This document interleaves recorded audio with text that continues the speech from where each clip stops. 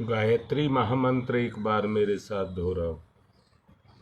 ओम भूर्भुवः स्वः तत्सवितुर्वरेण्यं भर्गो देवस्य धीमहि धियो यो नः प्रचोदयात्।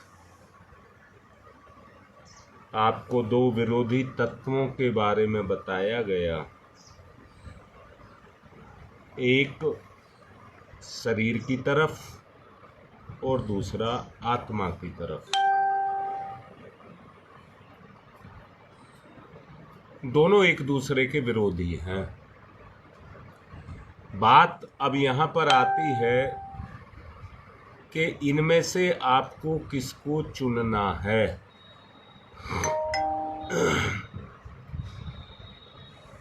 कल बड़ी गहराई तक ले जाने का प्रयास किया। जिस प्रवृत्ति में आज हम ढले हुए हैं, अगर उस प्रवृत्ति से बाहर निकलना है तो उसमें गुरु ही माध्यम है। भोग विलास का आकर्षण, शरीर के सुखों का लोभ हमें बुरी तरह से जकड़े हुए है।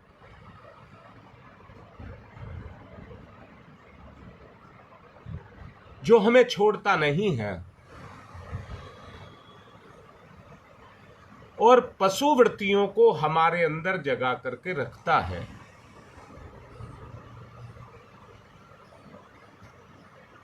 बेटा, आत्मा किसी का विरोध नहीं करती है। आत्मा कहां विरोध करती है? आत्मा तो केवल उस समय कचोटती है जब कोई गलत काम किया जाए, नहीं तो आत्मा किसी का विरोध नहीं करती। विरोध तो हमारे दुर्गुण करते हैं।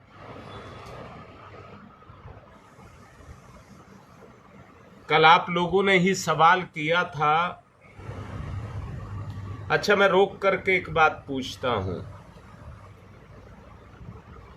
रोज रोज पछताना ज्यादा अच्छा है?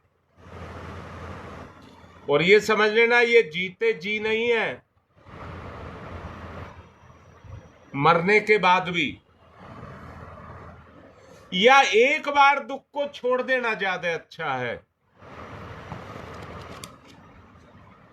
रोज रोज अपने आप को मारा जाए? एक बात याद रखना, जिस तरह से बीमारी हर वक्त हमको सताती रहती है, ऐसे ही पाप भी हमको निरंतर खाता रहता है। निरंतर, एक बार लग जाए फिर निरंतर खाता रहता है।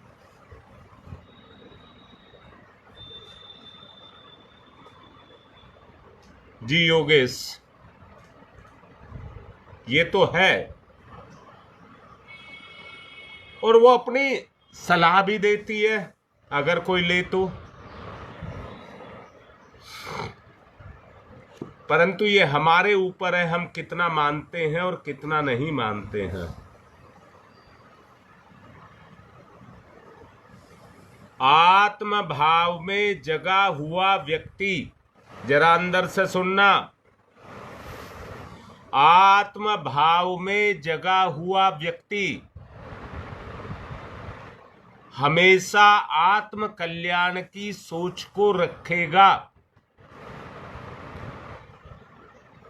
आत्म सुख के कार्यों में ही रुचि रखेगा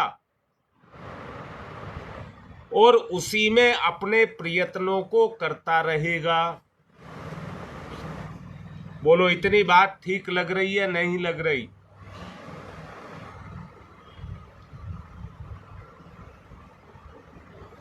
धर्म संचय के कार्य करेगा।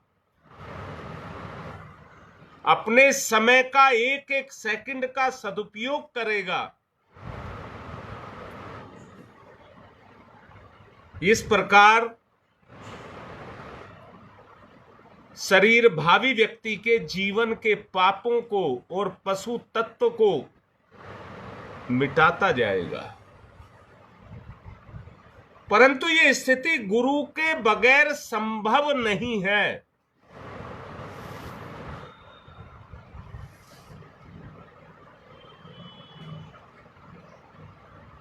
आत्मभावी व्यक्ति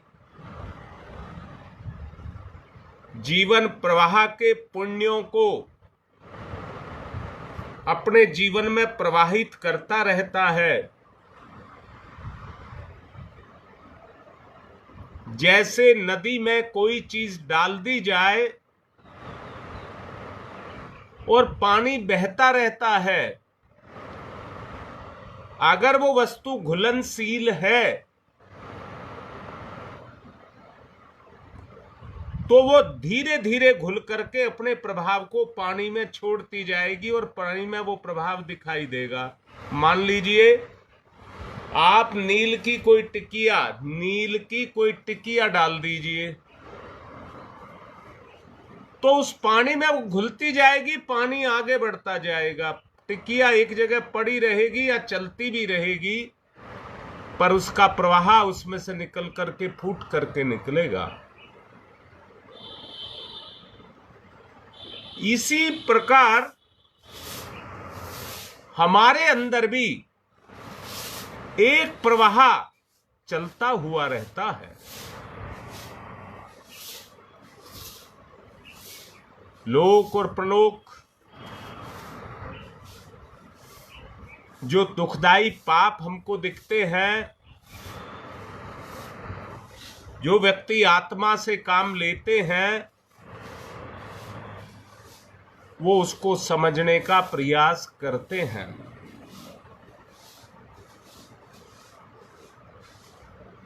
उसको समझने का प्रयास करते हैं। और याद रखना, जो इस प्रयास को करते हैं, आत्मा के क्षेत्र में गति होने के कारण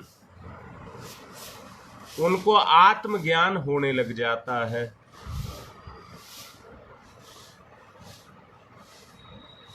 और ऐसे व्यक्ति, अगर उनसे छोटा सा भी कोई बुरा हो जाए तो उससे वो प्रभावित होता है, पश्चाताप करता है, अशांत रहता है। लाभ हानि, जीवन मरण, विरह विछोह, मान अपमान, लोभ क्रोध मोह, भोग विलास द्वेष,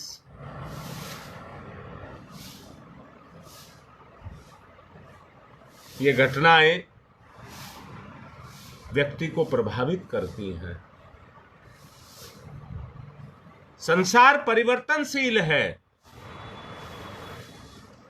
जो हमें दिखता नहीं है, जो दिन कल गुजारा वो आज भी गुजारेंगे, परंतु इसके बीच में परिवर्तन छुपा हुआ है।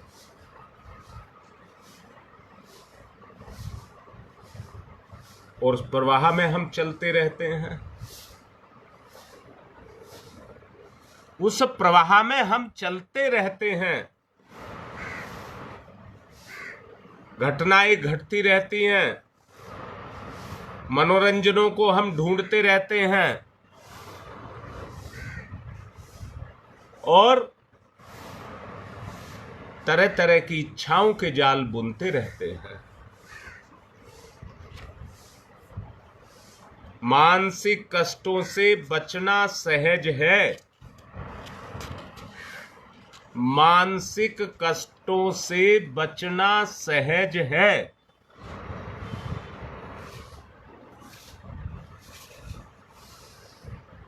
परंतु कब? जब शरीर के प्रति भावी योजनाएं ना बनाई जाएं, आत्मा के प्रति बनाई जाएं।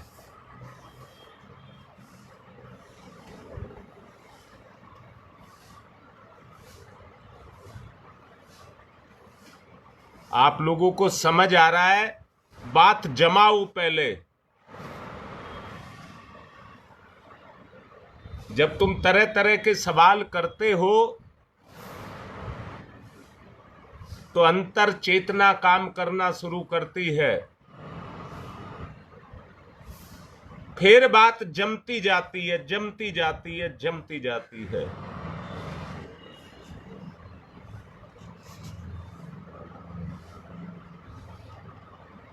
जीवन सहज, सरल, स्वाभाविक परमात्मा ने बनाया है।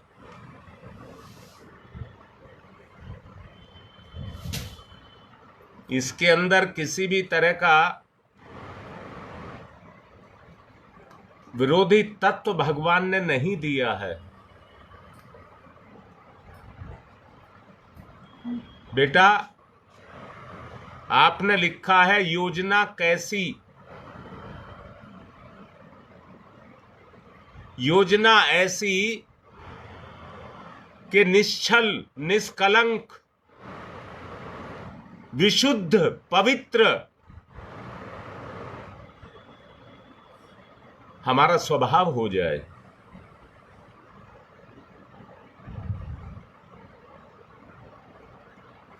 मैंने ये कहा बेटा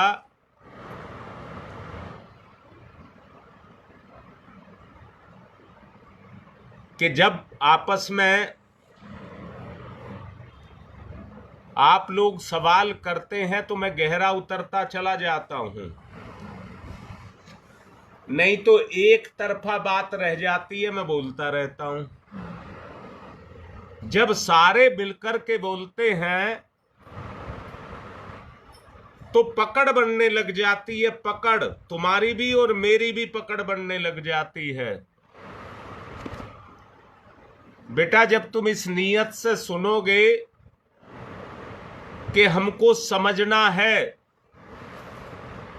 दोबारा ललिता बोल रहा हूं, अगर गुरु को अपने जीवन में उतारना है तो वो भाव बनकर के उतरता है। और जब तुम इस नीयत से, समझने की नीयत से सुनते हो, यहां एक उदाहरण दूं बेटा, तुम रोटी बनाती हो तो आटे को छान लेती हो, बूर अपने आप ऊपर रह जाती है, जो मोटा पार्ट है वो अपने आप, जो छेद में से छन गया वही बाहर निकलता है। ऐसे ही जैसे आप आटे को छानते हैं, वैसे ही इस ज्ञान को भी छान करके अपनी भावना में उतारना है।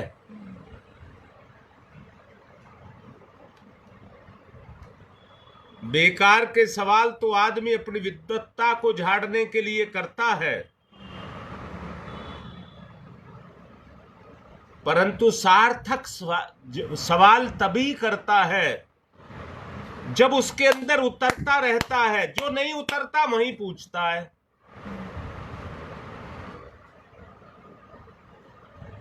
जो अंदर नहीं उतरता उसी के बारे में पूछता है कि ये क्यों नहीं उतरा। और उतरने से मतलब है बेटा, जिसको आत्मा स्वीकार कर ले, तब तुम्हारी स्थिति ये बन जाएगी कि किसी को ये पूछा जाए मीठा कैसा होता है, जिसने जिंदगी में मीठे को ना जाना हो, पर एक चीनी का दाना उसकी जीभ पर रख करके उसका स्वाद उसको चखा दिया जाए तो फिर नहीं भूलता है। भूलता ही नहीं है, अंदर से मीठा खाने की इच्छा पैदा होती है। आप देखिए ना, जिनको शुगर हो गई है उनका मन भी ललचाता है, हमें मीठा खाने को मिल जाए।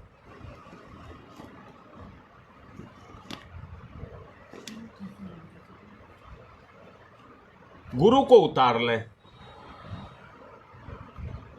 ऐसा नहीं ऐसे ही पिसा हुआ आटा बूर सहित ना, उसे छानना पड़ेगा,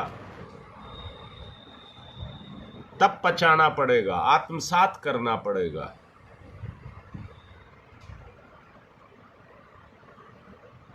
मैंने अभी कहा है,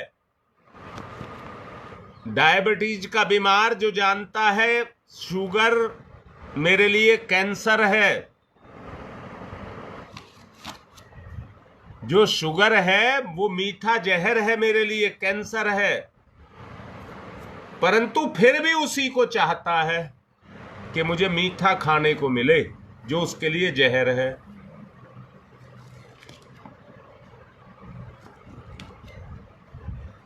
हाँ सुदेश, कह तो मैं यही रहा हूं, कह तो मैं यही रहा हूं, मेरा जीवन बदल जाए, परंतु गुरु को अपना बनाए बगैर जीवन आप नहीं बदल सकते। गुरु को अपना बनाए बगैर आप जीवन को नहीं बदल सकते।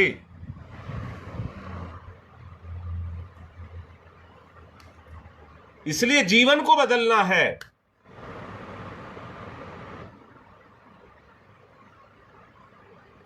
जी बेटा, अब समझ रहे हैं, ये बात समझ आ रही है?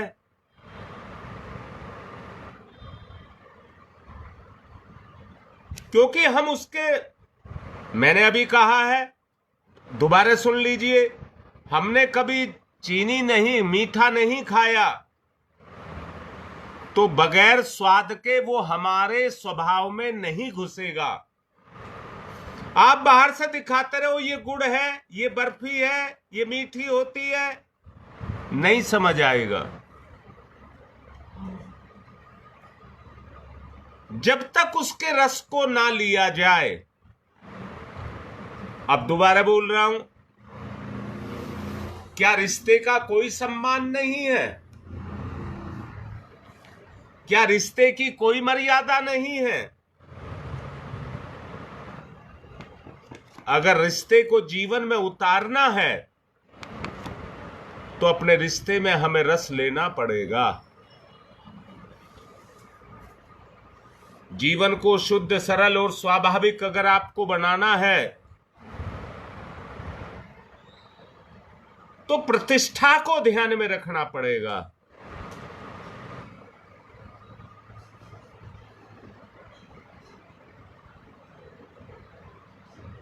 सब व्यर्थ है बेटा, बिल्कुल ठीक कह रही है। जो हम कर रहे हैं ये सब व्यर्थ है।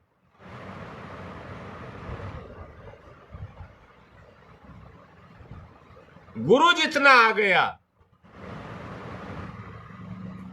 वो रस में जाकर के आपके अंदर खलबली मचा देगा। इसलिए गुरु के प्रति समर्पण। देखिए भाई, गरिष्ठ चीजों को खा करके, ताकतवर चीजों को खा करके आप शरीर को ताकतवर बना सकते हैं, लंबा चौड़ा ऊंचा बना सकते हैं, है तो प्रकृति का ही दिया हुआ।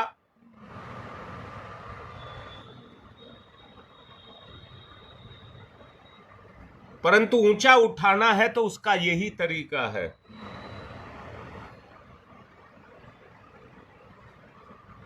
सच्चा सुख, शांति और जीवन का लक्ष्य अगर आपको प्राप्त करना है तो अध्यात्म विद्या का आचरण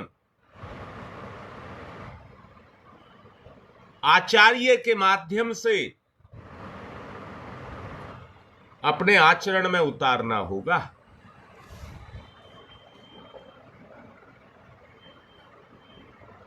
सभी साधनाओं में प्रथम साधना आत्मज्ञान है। अंदर से देखिए, सभी साधनाओं में सबसे पहली साधना आत्मज्ञान है।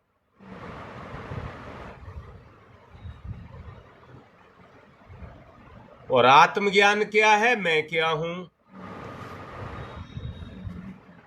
मैं क्या हूं, यही आत्मज्ञान है।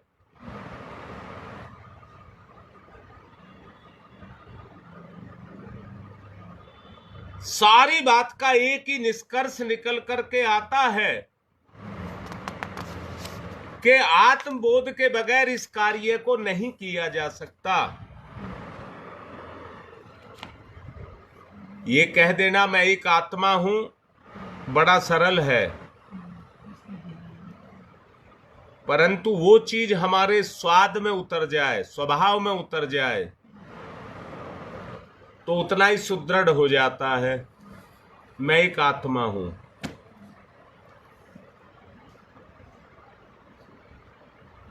इस तरह के विचारों को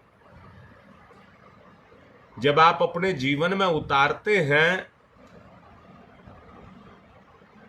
और अपने स्वभाव को वैसा बनाते हैं,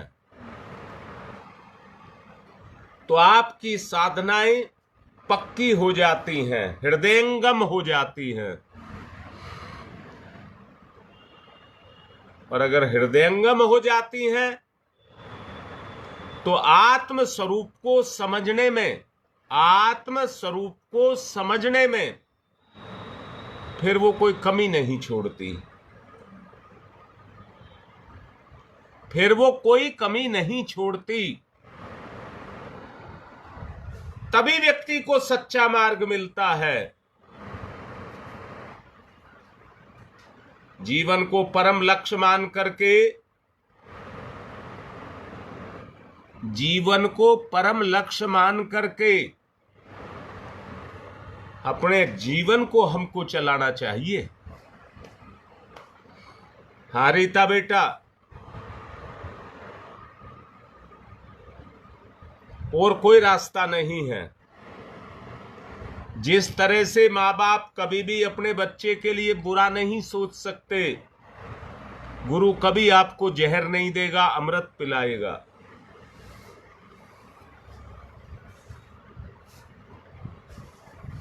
परंतु गुरु के प्रति लगाव देखिए आपका कितना है।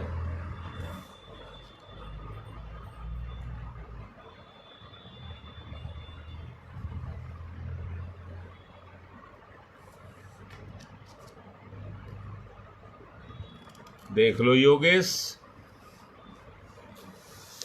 बात यही है, नहीं आ पाएगी। उसी से ही आएगी जब वो आपके अंदर जागृत होगा।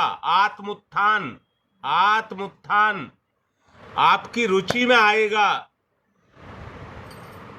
फिर आप बढ़ते चले जाएंगे। जैसे मैंने कहा, नील की टिकिया अगर पानी में डाल दिया जाए और पानी बहता हुआ हो तो रंग के रूप में अपनी पहचान पानी में छोड़ता चला जाता है।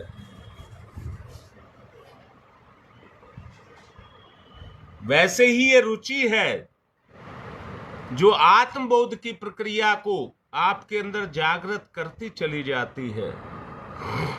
आत्म स्वरूप को पहचानने में स्थूल और सूक्ष्म शरीर, इनको अलग करना होता है। स्थूल और सूक्ष्म को अलग करना होता है।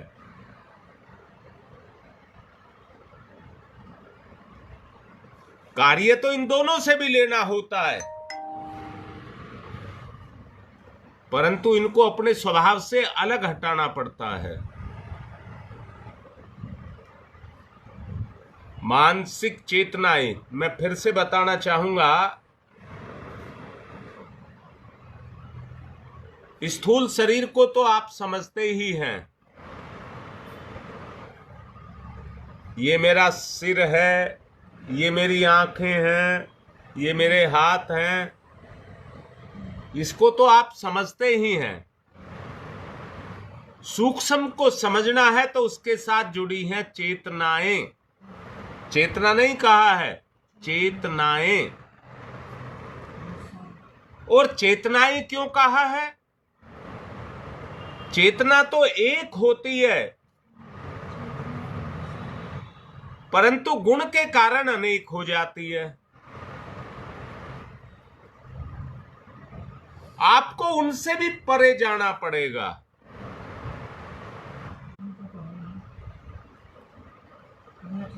आपको ये बात समझ आ जाए, स्थूल और सूक्ष्म का भेद आपको समझ आ जाए,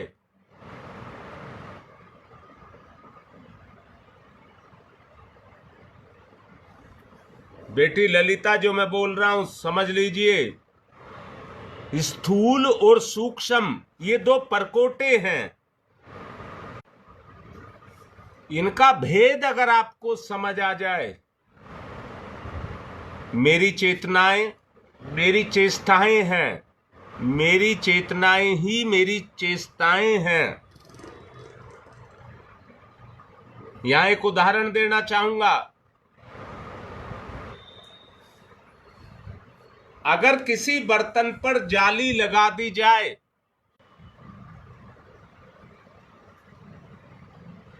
अगर किसी बर्तन पर जाली लगा दी जाए और उसमें चने डाल दिए जाएं और बंदर आ जाए, तो बंदर उसमें से चने निकालने की कोशिश करेगा। अपना हाथ उस जाली में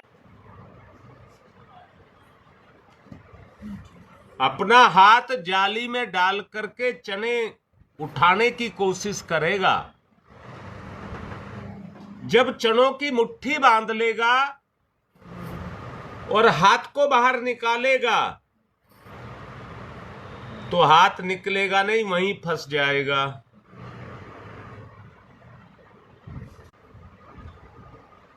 जब हाथ फंस जाएगा तो बंदर चिल्लाएगा, मुझे पकड़ लिया। यही स्थिति हमारी भी है। काम, क्रोध, भोग, विलास ने हमको पकड़ करके रखा हुआ है और हम कह रहे हैं हम पकड़े गए। अरे मुट्ठी को यदि नहीं खोलोगे तो स्वतंत्र कैसे होगे? फिर तो बंधन में रहोगे। आप लोगों ने सुना होगा,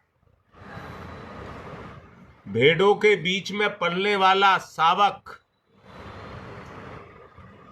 भेड़ों की तरह ही अपने आचरण को, अपने व्यवहार को करने लग जाता है,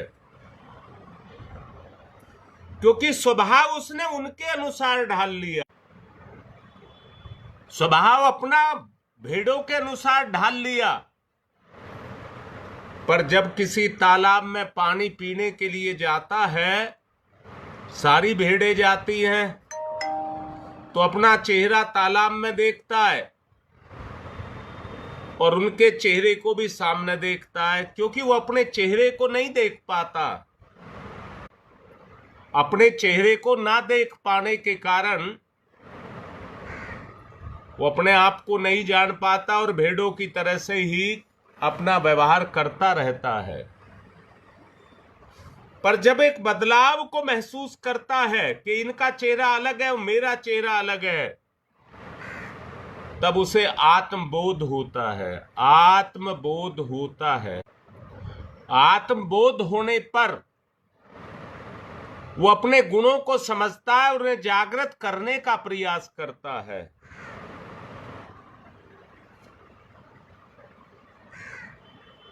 अपने आप को जागृत, अपने गुणों को जागृत करने का प्रयास करता है।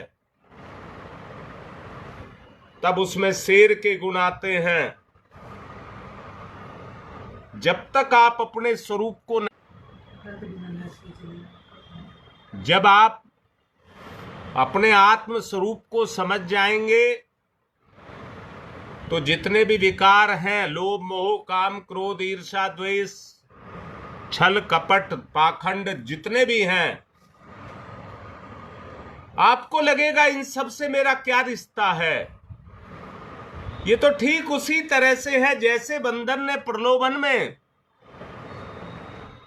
अपनी मुट्ठी में चने भर लिए, अब वो हाथ निकाल। प्रलोभन हमको फंसा करके रखे है, बंधन को हटाना पड़ेगा। नेट बहुत दिक्कत कर रहा है, समय भी होता जा रहा है, इसलिए समापन की तरफ चलें। ओम तमसो मा ज्योतिर्गमय, तमसो मा ज्योतिर्गमय, असतो मा सद्गमय, असतो मा सद्गमय,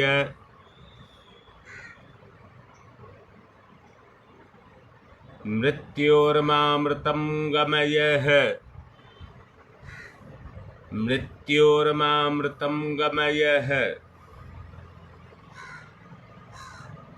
मृत्योर् तमसो मा ज्योतिर्गमय, ज्योतिर्गमय, ज्योतिर्गमय,